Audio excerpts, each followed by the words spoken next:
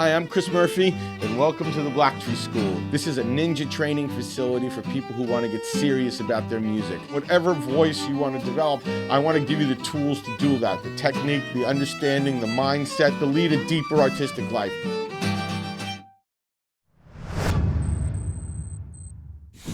Professor Jill Biden's husband, and who is, as I speak, teaching in the classroom although it's 3 hours time difference, I can't swear that now, but she teaches a full load, 15 credits at Northern Virginia Community College. And prior to that, she taught, before I became vice president, she taught full-time at Delaware Community College. And my wife has had an expression for a long time, and I really mean this, not a joke. She'd tell everybody the best kept secret in America is the community college system. The other expression she's used is that any country that out-educates us will out-compete us. Any country that out-educates us will out-compete us. And I'd like to say at the outset, first of all, I was truly impressed with, I'm sorry if I kept you waiting, but I was at the dental hygienist program. What an incredible array of a few men and a lot of women in there. But I really mean it. Impressive. A number of them already had 4-year degrees. Every one of them had attended either here or another community college to get the science requisites to be able to get into this program. They all have an awful lot are married, a lot of single mothers. It's one thing to live in a middle or upper middle class community and still hard to pay for college, but go to high school, straight to college, move out, but to go back to college when you're 25, 27 years old, having been a single mother, working, trying to figure out how I can get into a full-time program that can put me in a position, by the way, the median income for dental hygienists with a 2-year degree is $70,000 a year. You can live a middle-class life on that. There are jobs out there with real access. But I just want to speak to the courage of the folks I met. Matter of fact, I literally invited them all back to the White House, and I think no, not a joke. No, and he not said he a wants joke. to go back and get his teeth cleaned. We're putting it together, so the opening comment I'd like to make: the average student at this community college is 25 years of age. The average student where my wife is, I think, is 29. Some colleges it's even higher, all of you, cameramen, reporters, if you're out of school for a while, all kidding aside, imagine how intimidating it is. You say you're going to go back to school. You're going to go back to school. It takes a lot of courage. It's an intimidating process. If you hadn't been, you were in high school, you did all right, you weren't crazy about it, you've been out 5, 10, 12, 15 years. So I'm going back. I need more education. So the first thing I'd like to say is what a remarkable group of students, by and large, community college students are, for real. Second point I'd like to make is there's a reason why we have led the world for the past 100 and some years. It's because we've had the best education system in the world. And you say, well, all the criticism about elementary and secondary education, etc. The reason why we in the Industrial Revolution leaped ahead of every other nation in the world is we're the first nation in the world to have free 12 years of education. Regardless of your background, regardless of where you came, regardless of the neighborhood, regardless of your wealth, every single American, as a matter of right, had a right to 12 years of public education. We also are the only nation in the world that have the equivalent of what we did, Lincoln did, land-grant colleges. There's really great land-grant colleges like the University of Delaware, where I went. You're supposed to laugh at that. It is a great college. But also MIT's a land-grant college. So what it meant was every single part of the nation, every state had access to a university. And then we came along and we leaped ahead to the rest of the world And when we decided that after World War II, the greatest equalizer I think that occurred was the GI Bill. Those millions of men and women coming home who were, Irish Catholics like my family, and people who were African American, and people who were minorities. All of a sudden, they were able to go to Harvard and Yale and MIT and Stanford, etc. And it was the greatest equalizer. We're no longer this two-tiered sort of system. And maybe the most significant thing we did was President Eisenhower. When the Sputnik era hit and we were all racing to see whether we were behind the curve with the Russians, then the Soviets, there was a very, very important study done. A commission put together, what should we do? And one of the recommendations that they put forward, most were adopted, but one was that we should invest heavily in pure and applied research, but we should do it through government institutions, like everything from NIH, the National Science Foundation, etc. And the commission said, no, we will invest, but the bulk of our investments should be in universities. What do you hear most often, those reporters who cover international affairs? Why are people coming home? We have by far and away the finest research universities in the world. There's not 10 other nations in the world combined that could match the intellectual horsepower and innovation that comes out of those universities. So what has always kept us ahead, but the rest of the world's catching up. The rest of the world's catching up. And you see everywhere from China to other parts of the world. And we have to stay ahead of the curve. And if I were going to ask all of you in the press a rhetorical question, do you think 12 years is enough in the year 2015? Do you think 12? I'm not asking you to respond, obviously, it's a rhetorical question. But all kidding aside, 12 years is not enough in 2015. We know that at least 6 out of 10 jobs the last 2 years and through the next 8 years is going to require something beyond a college degree. We know that. We know that. And America's on the cusp of the greatest economic renaissance since after World War II. Not because of Barack and me, or the President and me, but because we are poised. We're better positioned than any nation in the world to lead the world economically. Look at the numbers. Look at the World Bank projections. Look at what the IMF projections. We're the only nation in the world where we're projected to grow significantly. Every other nation is going to have their GDP cut significantly. The Chinese is projected to be cut in half of what it was for the previous 15 years. That's not a good thing. We want them to grow. We want to be able to sell them our products. But all kidding aside, Europe. So we're positioned here.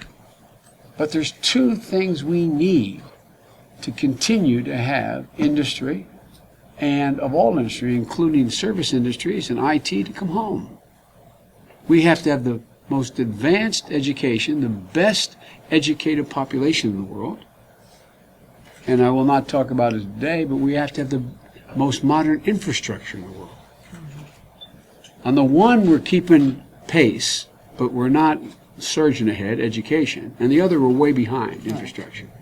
For example, we have, that's why I admire your governor so much. I'm a big Jerry Brown fan, and high-speed rail, and so on. Because, look, here's the deal, guys. We rank 26th in the world in quality of infrastructure. The United States of America, 26th in the world we rank. It's not even believable, but it's true.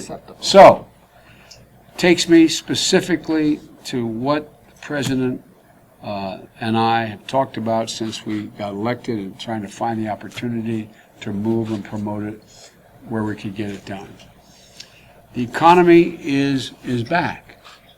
It is back now, and that is not just me. Republicans, Democrats, every econometric model. We've created 11 million new jobs. We've created more jobs than all the other industrialized nations in the world combined.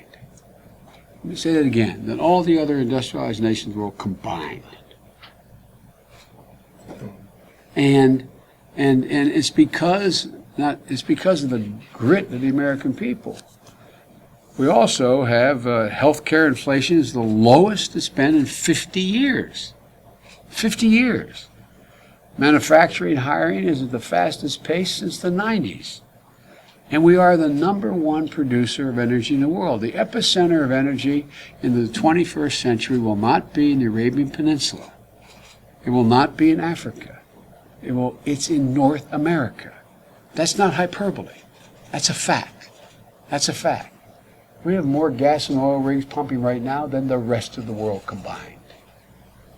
Combined. We have double solar energy and wind energy. We're leading now. And so this is no time to slow up. And the only thing that can stand in the way is the educated workforce. You know, A.T. Kearney, a big management company, a lot of people know it's one of the finest in the world. They do a survey every year, and I think they've been doing it for 38, 39 years. And they ask one question among others of the 300 largest industrialists in the world. Where's the best place in the world to invest? This year, by a margin larger than any time in the history of the survey, they've said the United States of America. In manufacturing, in IT, in healthcare, in service industries, across the board.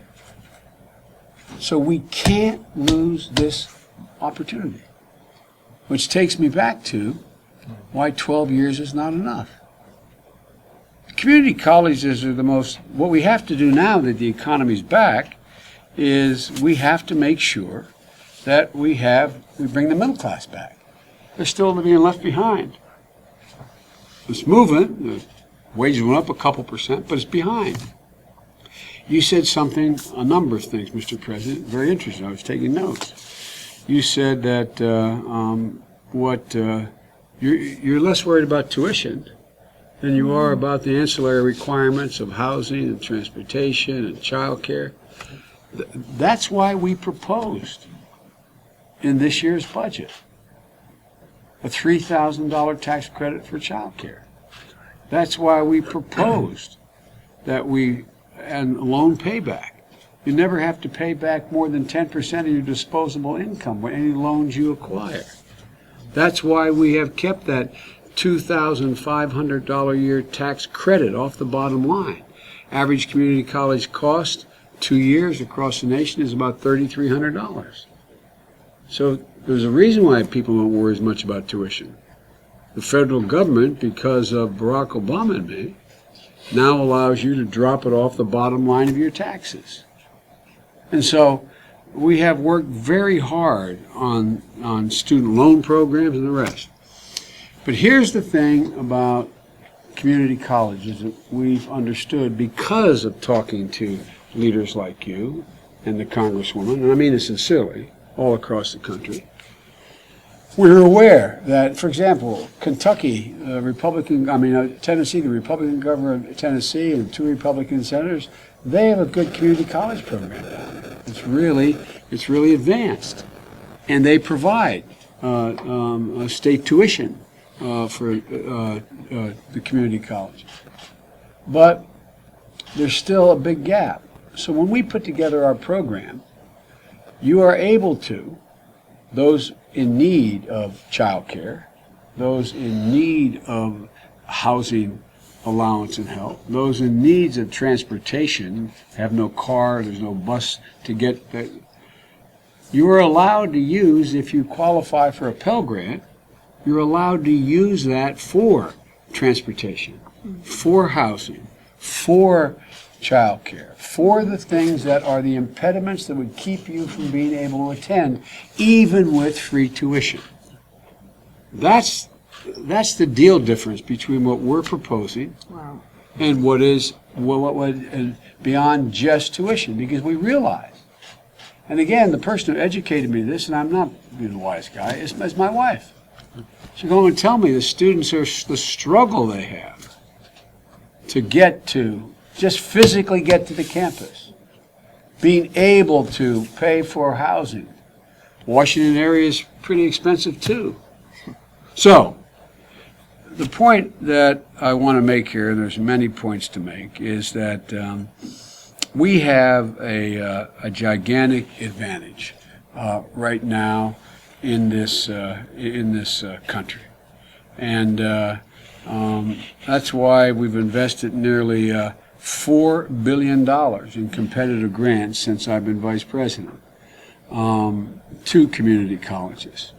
And and the last generic point I'll make is this. Community colleges are the most flexible educational instrument we have in the nation.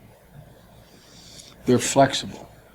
For example, the study I did last year that was issued, the report that was issued about job opportunities, job openings, retraining, etc. We spent an awful lot of time on it. And for example, we found that there are 100,000 manufacturing jobs in the United States today that are not able to be filled because of a lack of technology. For example, the solar industry. Very qualified people who lost their job as a machinist or lost their job in industry. They're fully intellectually qualified for the jobs, but they have no training in photovoltaic technology. And they need it. But you only need a 16-week course to do it. So across the nation, we put together in this community college consortium, as well as partnership with business, you get major businesses located all across America, from Dow to major manufacturing, Yale Lock, etc., all coming back to the United States. And we provide the money for them to walk in, and it's usually the board of the community colleges that made up of business leaders who survey. I'll give you one example. Rochester, New York. Rochester, New York was probably the quintessential middle-class city in America. Kodak had 35,000 employees in Rochester. They also had Xerox in Rochester, Bausch & Lomb in Rochester. I mean, really fine jobs. Well, you know, Kodak doesn't make film anymore. Brownie cameras aren't very much in vogue. They have lost about, don't hold me to this, but they've lost at least 70% of their employee base. That's devastating to a city. They also found out they lost, you saw with Xerox has downsized there. And Bausch & Lomb, one of the great optic companies, downsized. But what the board did, they went out and they surveyed the board of Monroe Community College in Rochester. And they surveyed every business in the surrounding 3 counties. And they found out that there were well over 100 spin-off companies from Kodak, from Bausch & Lomb, etc. And they said, what are your needs? We don't have enough qualified people. So they put together a program based on the needs of the business community, brought the business community in and said, what do you need taught? And one of the small companies, for example, that they teach to is the same outfit on the Mars rover, the lens on the Mars rover. They make that lens. They created about 5,000 jobs in the same industries, all through the community college. All through the community college. That's happening all over America. It was just in Detroit. Detroit's just getting off its back onto its knees. But what they found out was there was this great exodus over the last 10 years in Detroit of a sound bureaucratic middle class with real, bureaucracy, with real talent that you need to run big cities. And now that they're coming back, they found out they immediately need 1,000 computer programmers. And there's this outfit, what's the name of the outfit? UST Global, that is a placement entity for IT companies. And so they came in and put together a 16-week program at the community college in Detroit. And they went out literally into the hood, in the neighborhoods. Not a joke. All women had turned out, the first class that I spoke to. Some around 30, 35, I don't know the exact number. The day before they graduated, I went to see them. Average, no, I won't give you the average age. Youngest person in the room was 24 years old. The oldest person, 56. Average age, I'd guess, was in the 40s.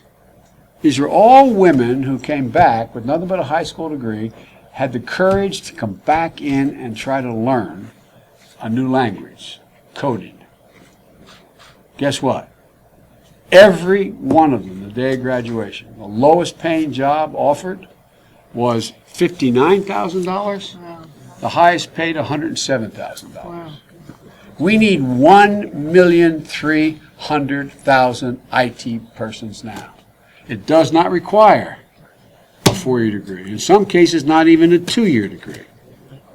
So the point is, the community colleges are a vehicle for that kind of work. And they're also the vehicle for the kind of work these folks are doing. We need 660,000 registered nurses. Average salary, median salary, $75,000 with a 2-year degree. Now there's more asked for 4-year degrees. I could go down the list. But the community colleges are the only ones that have the flexibility to provide both those services. That's why we spent $4 billion in putting this together. In addition, now we want to get to the point where it is for, you'll find for a significant number of middle-class people who can't afford, they want a 4-year degree, and they don't want it in a science, they want a 4-year degree, they want to be an English professor, they want to study international relations, they want to, whatever it is. But the cost is prohibitive. Average debt, $28,000 of everyone nationwide when they graduate. If you go to a private university, it's more like $75,000. By the way, those of you who have children high school age, don't make the mistake I made. Don't tell your children you'll get them to any university they can get into. I already did. Big mistake. I already did. What happened was I did the same thing. Unfortunately, my house kept going up in value, and I was able to help. But each of my children graduated in debt after 7 years of school. They have graduate degrees, all of them. $90,000 to $140,000 in debt. Yeah. They worked in school. They worked 30 hours a week in school, and they still had that debt. So the vehicle to be able to get a college education, which is now tuition at public universities averages $9,000 a year, it's still a lot. It's still a lot. It's $36,000. It's hard to come by. That doesn't count root board, tuition, books, or anything else if you are in that situation. But if you are able to have your first 2 years free, because the community college has a course structure that's transferable, like California, like Delaware, like Virginia, like an awful lot of states. The concluding comment I'll make, and it's really about Karen, your alma mater here. This is one of the really incredible examples. Because the only way you'll be able to get your free tuition paid at a community college for 2 years is if the community college, number one, offers credits that you can acquire in 2 years that allow you to transfer, if you choose, transfer to a 4-year college and having completed 2 years toward that degree at that college. And the second requirement is you have to, if it's job placement and training programs, you have to have a record, which we will look at, Department of Education will look at, that does two things. We have a high graduation rate and a high placement rate, because we are not going to waste taxpayers' money if, in fact, the school is not viewed as having the quality to be able to place. So I know HBO's here. I know other industries here. HBO is not going to come here if the quality of the training you're providing is not up to the standards of HBO. And it's that way across America. So, we have a gigantic opportunity to do a great service not only to our children and our young people and people who need to be retrained, but we have a gigantic opportunity to position the United States of America in a position for the second half of the second decade of this century to lead the world. This is not hyperbole. Lead the economy of the world for the next 50 years. So, I thank you for inviting me here, Mr. President. Chancellor, I apologize, I didn't even mention you. You have the whole, you have, as was pointed out to me by the president of the board over here, that there's 4 million people that's I was a senator for a long time. That's 4 times the size of my state. And by the way, there's 5 states smaller than us. So you've done an incredible job here, and you've been doing it for a long time. And I hope you won't be offended. I don't think you will if we hold you up as a model of what we need to extrapolate from here, community college across the country. So thank you. Thank you, Mr. Vice President. Thank you. Thank you. Thank you. Thank you, Mr. Vice President. By the way, I was prepared to have you all stay, but the reason why, and I think you learn a lot along with me, but since some of the instances may be personal about how I got here, why I'm here, it was decided by the school that we should have this a totally private exchange. So that's the only reason, guys. Mr. Vice President, I want to thank you and the President for your leadership. What you're doing will transform the lives of not only thousands and tens of thousands of our students, but it will transform the lives of millions of Americans. And your leadership and the President's in understanding the needs of our community college students and that we're the engine that will drive the country's economy in the future is something that hopefully the Congress will see fit to support. As president of the largest community college district in the nation, I want to tell you, I'm ready to stand with you and help you pass this and make sure that the country knows that our students need this and that they're the neediest and most diverse students in the nation. And we thank you for your leadership. Thank you. Thank you. Thanks, everybody. Appreciate it.